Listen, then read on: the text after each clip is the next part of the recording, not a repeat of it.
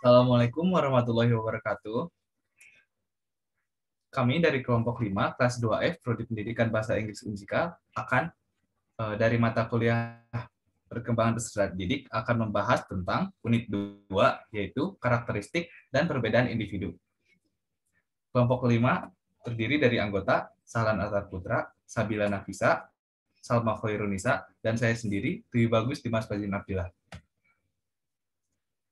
Untuk pembahasan yang akan kita bahas di PowerPoint ini adalah yang pertama, pengertian individu, kedua, karakteristik individu, ketiga, nilai-nilai karakteristik individu, yang ketiga adalah aspek perbedaan individu. Untuk materi pertama, akan dimulai dari penjelasan dari teman saya, Sabila Nafisa.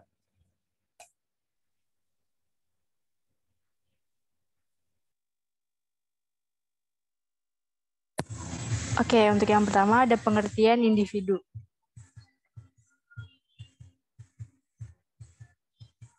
Bangsa Indonesia memiliki pandangan bahwa yang dimaksud manusia secara utuh adalah manusia merupakan bentuk bersatunya berbagai ciri atau karakter yang seimbang antara berbagai segi, yaitu di antara segi individu dan sosial, jasmani dan rohani, dunia dan akhirat.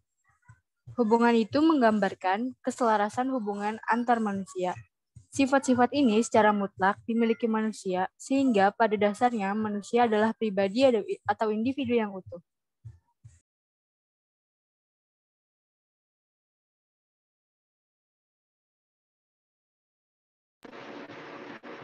Individu berarti tidak dapat dibagi atau tidak dapat dipisahkan. Keberadaannya sebagai makhluk yang pilah, tunggal, dan khas. Seseorang berbeda dengan orang lain karena ciri-cirinya yang khusus itu. Webster 743. Menurut kamus Eccles and Sedley, individu adalah kata benda dari individual yang berarti orang, perorangan, atau oknum.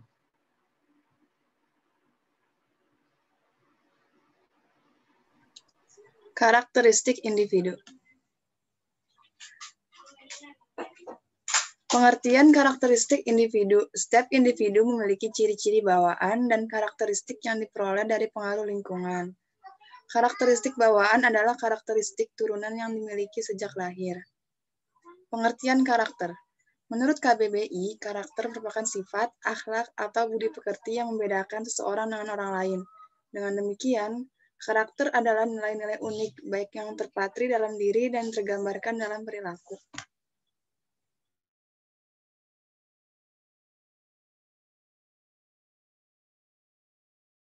Berikutnya ada nilai-nilai karakteristik individu.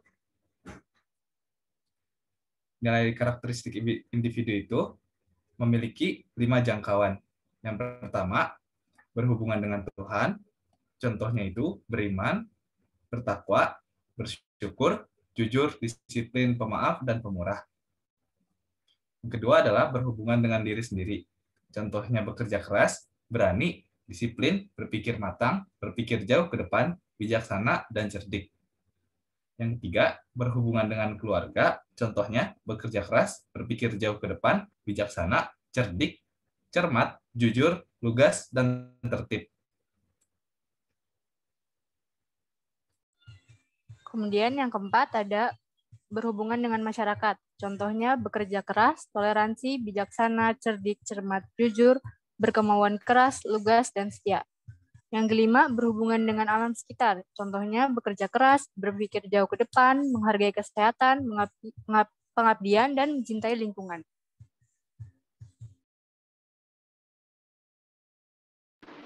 Selanjutnya, perbedaan individu.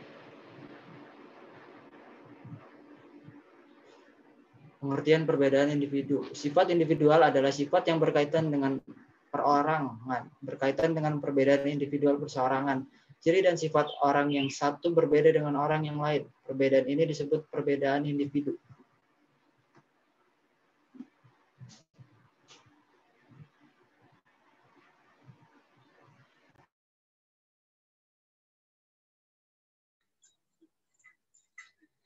Gary 1963, Oxenden 1984, 317 mengkategorikan perbedaan individual ke dalam bidang-bidang berikut. 1. Perbedaan fisik. meliputi jenis kelamin, usia, berat badan, bentuk muka, bentuk mata, dan penampilan fisik lainnya. Kedua adalah perbedaan sosial, meliputi status ekonomi, agama, kelompok keluarga, kelompok sosial, suku, dan semacamnya. Tiga, perbedaan kepribadian, meliputi watak, motif, minat, sikap, pikiran, perasaan, kehendak, perilaku, dan sejenisnya. Perbedaan individu yang keempat adalah perbedaan inteligensi dan kemampuan dasar.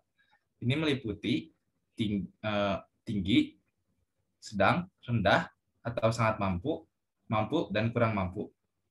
Yang kelima adalah perbedaan kognitif, yaitu perbedaan yang berkaitan dengan penguasaan ilmu, pengetahuan, dan teknologi. Yang keenam adalah perbedaan kecakapan atau kepandaian di sekolah. Ini dikategorikan menjadi kategori sangat cakap, kurang cakap, atau sangat pandai, dan kurang pandai. Yang terakhir adalah perbedaan kecakapan bahasa. Kemampuan tiap individu dalam berbahasa itu berbeda-beda. Hal ini ditentukan dan dipengaruhi oleh kematangan pertumbuhan fisik dan kemampuan berpikir.